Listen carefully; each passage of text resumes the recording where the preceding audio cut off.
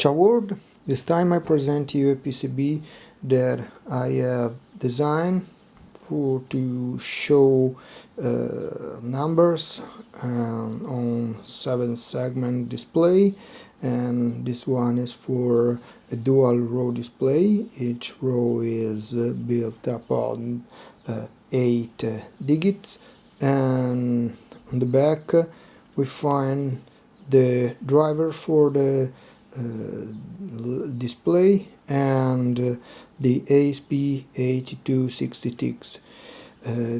This can also be packaged into a box like this, or if you want to modify the board, even in box like this one. And all the files are available for download in the link in the description.